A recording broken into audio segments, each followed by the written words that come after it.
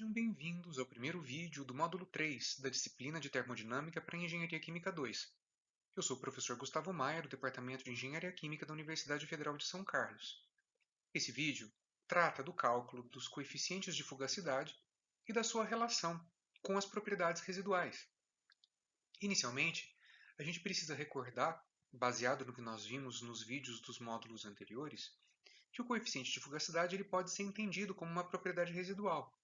Mais especificamente, ele se relaciona com a energia livre de Gibbs residual, que nada mais é do que a diferença entre a energia livre de Gibbs de uma substância numa condição real e a sua correspondente condição de gás ideal. O fato é que a gente pode, desde sempre, calcular propriedades residuais com o conhecimento que a gente já adquiriu em Termodinâmica 1. Veja, nós já sabemos como fazer esses cálculos. Em especial para a energia livre de Gibbs, nós podemos relacionar a energia livre de Gibbs residual com o fator de compressibilidade.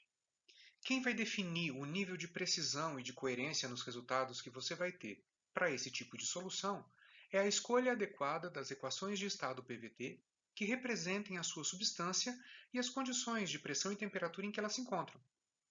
Além disso, existe também uma relação direta entre o coeficiente de fugacidade e o fator de compressibilidade.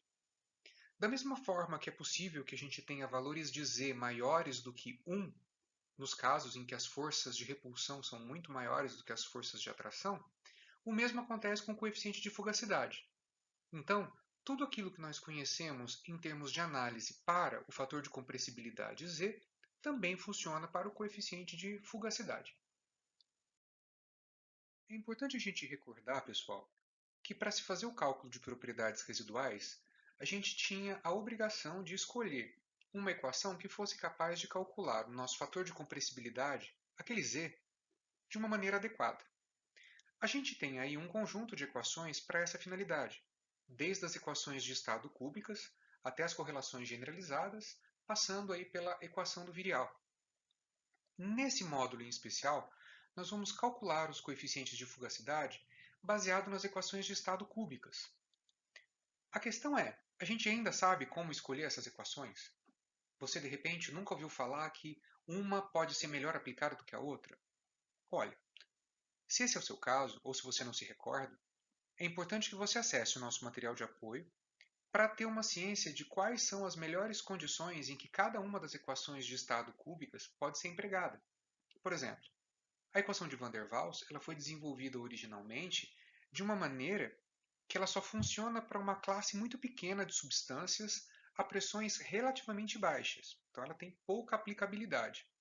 Enquanto equações de estado cúbicas mais robustas, como a de Peng-Robinson, elas se aplicam a uma enorme quantidade de substâncias em condições até próximas às pressões críticas, por exemplo. Então, escolher entre as equações cúbicas, isso pode definir se você tem um valor preciso ou não para os cálculos que exijam o conhecimento do fator de compressibilidade. E por falar nele, a gente vai aqui já diretamente substituir a expressão de propriedades residuais diretamente pela relação entre o coeficiente de fugacidade e uma relação que nos parece à primeira vista um tanto quanto estranha. Se você não tem familiaridade com isso, ou se você eventualmente não passou por isso em Termodinâmica 1, essa é uma representação que de repente pode não ser muito amigável por conta dos índices e das letras gregas, mas ela é simplesmente uma expressão matemática que foi elaborada por sugestão da nossa bibliografia, que é o livro Termodinâmica para Engenharia Química, né, Introdução à Termodinâmica para Engenharia Química, do Smith, onde ele tem uma sacada que é bastante interessante. Ele utiliza o que nós chamamos de equações de estado cúbicas genéricas. Mas o que são essas equações, afinal de contas? Quando a gente vai olhar a matemática puramente, uma equação cúbica ela tem mais ou menos essa aparência. Ela tem um termo que está elevado ao cubo, ela tem lá um termo ao quadrado, um termo onde a variável tem o índice 1, um termo constante e isso é igualado a zero. Esse seria aí uma equação cúbica genérica, não é? Qualquer equação cúbica que você encontrar na literatura, você consegue relacionar com essas letras A, B, C e D, descritas aqui de uma maneira genérica. E para que isso serve? Eu não sei se vocês se recordam, e eu realmente espero que sim, as equações de estado cúbicas ela têm uma característica em comum. O volume é uma variável que está frequentemente elevada ao cubo nessas equações, por isso que elas são chamadas de equações cúbicas. Acontece que elas são muito diferentes entre si. Cada uma delas possui uma estrutura particular. Para efeito de implementação numa rotina computacional, é muito mais interessante e é muito mais adequado que a gente possa representar todas as equações desse conjunto, né, todo esse enorme conteúdo de equações, de uma maneira genérica. Então, ao invés de você precisar ir lá e resgatar a equação de Van der Waals, ou a equação de Hadley-Kwong, ou a de Soave-Hadley-Kwong, ou a de Peng-Robinson separadamente, o que a gente faz é criar matematicamente um coringa, que dependendo das variáveis, né, dependendo dos índices que você substituir, ela se transforma na equação que você quer. Por isso que ela é uma equação genérica. Ela funciona para todo mundo e, baseado no seu desejo, ela se converte na expressão matemática que você deseja utilizar para a solução do seu problema. Fazendo aqui uma pequena revisão, pessoal, a gente vai ter uma pequena ideia de como que a gente torna uma equação de estado cúbica numa forma absolutamente genérica. Não sei se vocês se recordam, mas as equações de estado cúbicas PVT elas têm mais ou menos essa aparência.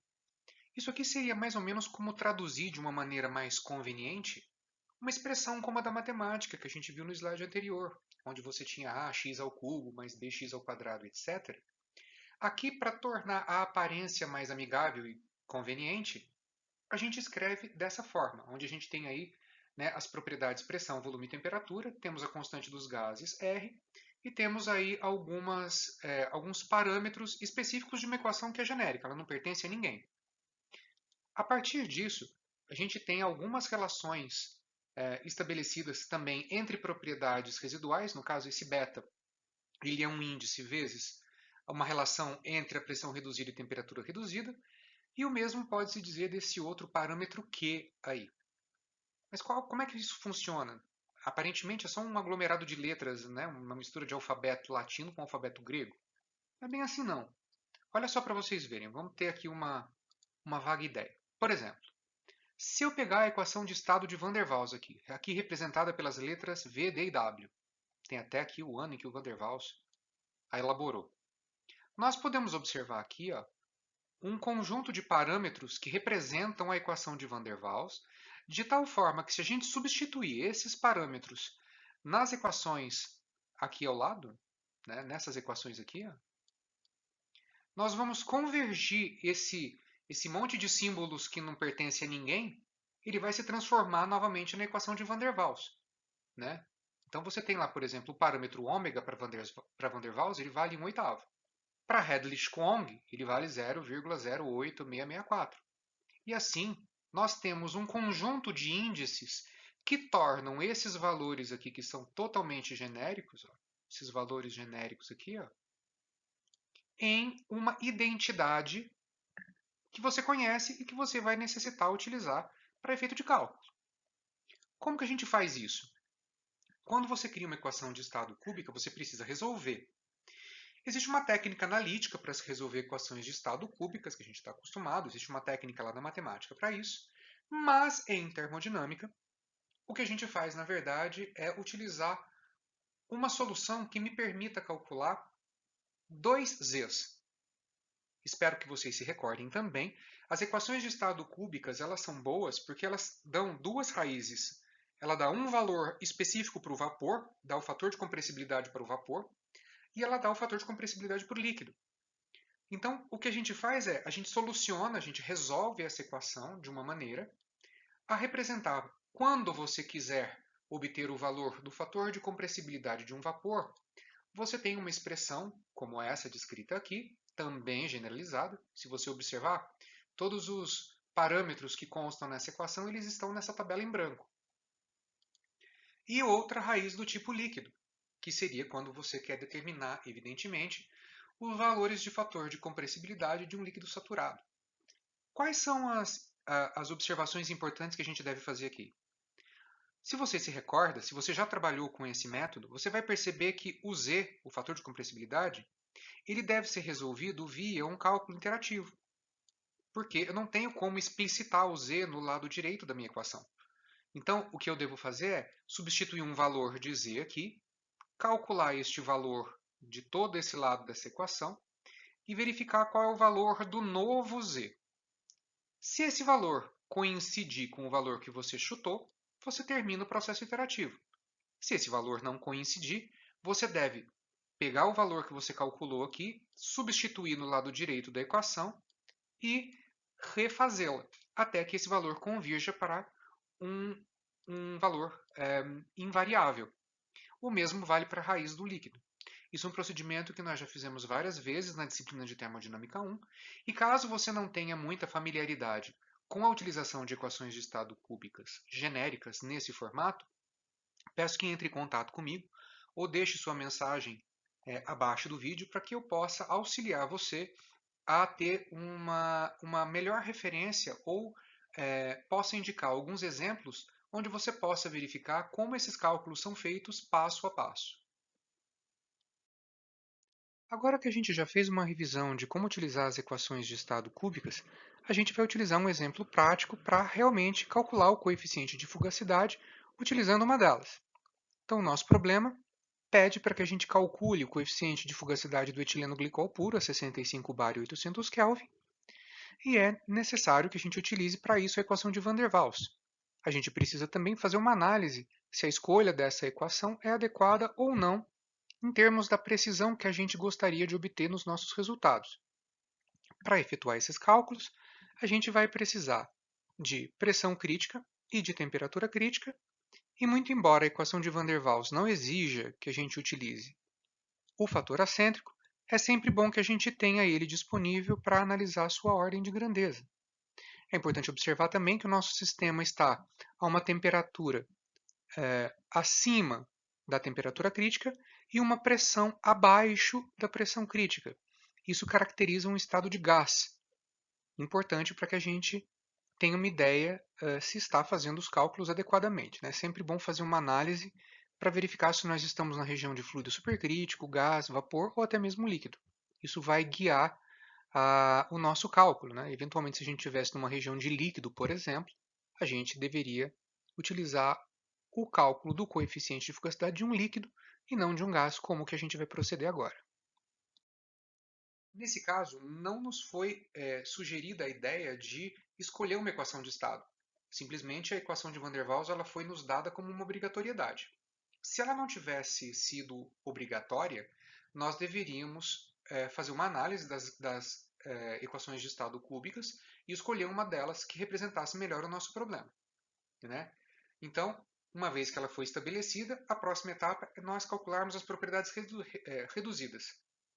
Aqui, pessoal, eu sugiro sempre que você inicie por esse cálculo, porque todas as etapas seguintes elas dependem do cálculo das propriedades reduzidas. Então, uma vez que você já tem essas propriedades, você consegue organizar melhor a solução do seu problema, de qualquer natureza. Então, considerando que a pressão reduzida é a pressão dividida pela pressão crítica, nós temos um valor de 0,844 e uma temperatura reduzida de 1,111, para, obviamente, o caso em que esse problema foi formulado.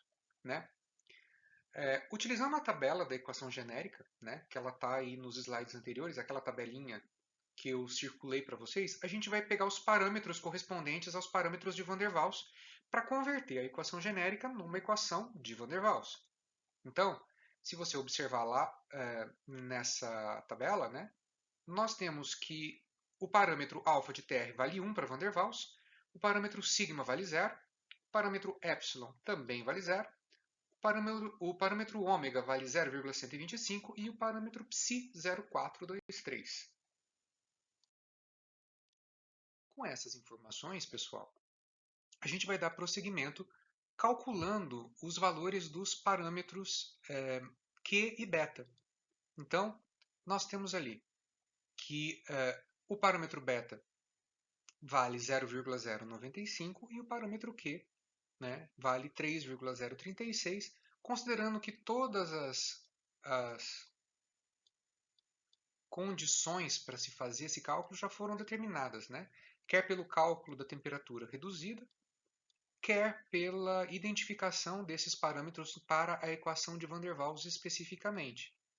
Então, nós avançamos mais um pouco, avançamos mais uma etapa de cálculo. Então, temos mais parâmetros determinados aqui. Com eles, a gente deve fazer a substituição na raiz do tipo vapor, afinal de contas, nós já identificamos que o etileno glicol está numa condição de vapor, para calcular o Z. Eu fiz aqui, eu reescrevi a raiz do tipo vapor de tal forma a poder fazer um cálculo iterativo, né? Nós vamos obrigatoriamente fazer um processo iterativo com isso daqui. Por isso que eu identifiquei aqui o passo de iteração. Não se confundam, tá, pessoal? Isso aqui não é o I de substância I mais 1, não é isso não. Nesse caso aqui, o I refere-se ao passo de iteração, né? O primeiro chute, o chute inicial. Para raízes do tipo vapor, a gente costuma utilizar o chute inicial de Z igual a 1, e aí a gente efetua os cálculos a partir disso. Realizando o procedimento iterativo, esse valor converge na oitava iteração para um Z igual a 0,765. Existe ainda um último parâmetro que deve ser calculado, e ele só pode ser calculado uma vez que nós já tenhamos o valor do fator de compressibilidade. Para a equação de Van der Waals, a expressão do I ela é dada por beta dividido por Z. Só é preciso tomar cuidado, pessoal, porque essa expressão de I, essa expressão matemática que relaciona o valor de I, ela só é calculada assim para a equação de Van der Waals. Para as demais equações de estado, essa expressão matemática ela tem uma outra relação, não é desse jeito. Essa relação ela pode ser encontrada na nossa bibliografia, no nosso livro-texto, e eventualmente você pode encontrá-la também em exercícios resolvidos e exemplos na internet. Para o nosso caso, como a gente tem a equação de Van der Waals, a gente faz a substituição dessa expressão e encontra o valor de 0,124.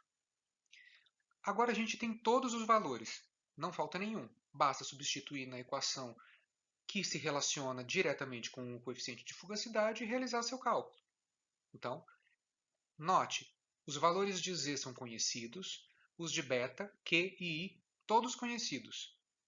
Nós procedemos o cálculo, obtemos um ln de menos 0,2114, o que nos dá uma fugacidade de 52,61 bar e um coeficiente de fugacidade de 0,81. Né? Ou seja, a gente não está aí realmente numa condição de gás ideal, onde o coeficiente de fugacidade ele dá 1. A pergunta mais importante desse problema e a análise mais importante a ser feita sobre ele não é nem o fato de que nós fomos capazes de chegar ao fim dos cálculos com valores. É importante a gente imaginar que, como engenheiros, a gente é capaz de usar esse valor num projeto real? Vale a pena? Ele é adequado? Esse valor é confiável do ponto de vista das equações que nós utilizamos para chegar nele? Bom, pessoal, vou fazer uma análise rápida aqui com vocês, mas eu gostaria que cada um de vocês pensasse nisso, utilizando o conhecimento que vocês têm das equações de estado cúbicas. As relações matemáticas que relacionam o coeficiente de fugacidade com a equação de estado cúbica, ela não está errada, ela está completamente correta. Então, o único fator que vai influenciar na confiabilidade desses dados é justamente a escolha da equação de estado cúbica. Não tem outra questão que vai afetar a precisão dos seus dados. Como vocês podem observar, o fator acêntrico do etileno glicol ele é relativamente alto. 0,48 é um valor significativo, ele não é desprezível. Além disso, a pressão é muito alta, uma pressão acima de 60 bar. Isso tudo desabona completamente a utilização da equação de Van der Waals. Ela não foi feita para atuar nem nesse tipo de pressão e nem com esse tipo de substância. Veja, Van der Waals imaginava que as suas moléculas eram bolas, literalmente, eram esferas. Né? E a partir disso, a gente não tem nenhum tipo de relação entre uma esfera e a estrutura da molécula de etileno glicol. Então, sendo muito honesto, esse dado não é confiável. Ele está adequado, ele é correto para o tipo de equação que você estabeleceu, ele pode até te ajudar a dar uma estimativa, por exemplo, se você está muito distante ou muito próximo de uma condição de gás ideal, você nem precisava desses cálculos para isso, bastava verificar que a pressão é realmente muito elevada e a temperatura está aí dentro de uma faixa razoável de temperaturas para admitir isso como um gás real? Então, na realidade, o que você precisa fazer é tentar imaginar uma outra equação que possa resolver esse problema e tornar essa resposta, né, esse cálculo, algo que seja de confiança, algo que tenha uma confiabilidade maior para aplicação em cálculos de engenharia. É isso que vai fazer de você um bom engenheiro. Não é a sua capacidade de fazer contas. Todos esses cálculos que estão aqui, por exemplo, foram feitos no Excel. O Excel é um excelente software para isso. Você, como engenheiro, não é uma calculadora. Você é um analisador de dados. E cabe a você, nesse caso, saber quais são as melhores equações que descrevem o seu problema. Ou até que ponto vai a validade e a confiabilidade dos dados que você calculou. Como eu já havia dito, a nossa bibliografia, novamente, a Introdução à Termodinâmica da Engenharia Química, do Smith. Eu recomendo a vocês que, caso tenham problemas na solução de cálculos envolvendo equações de estado cúbicas, que procure a bibliografia aqui disponível e que tire suas dúvidas o quanto antes para que isso não se torne um problema ainda maior. Eu agradeço a atenção e a participação de todos. Vejo vocês no próximo vídeo.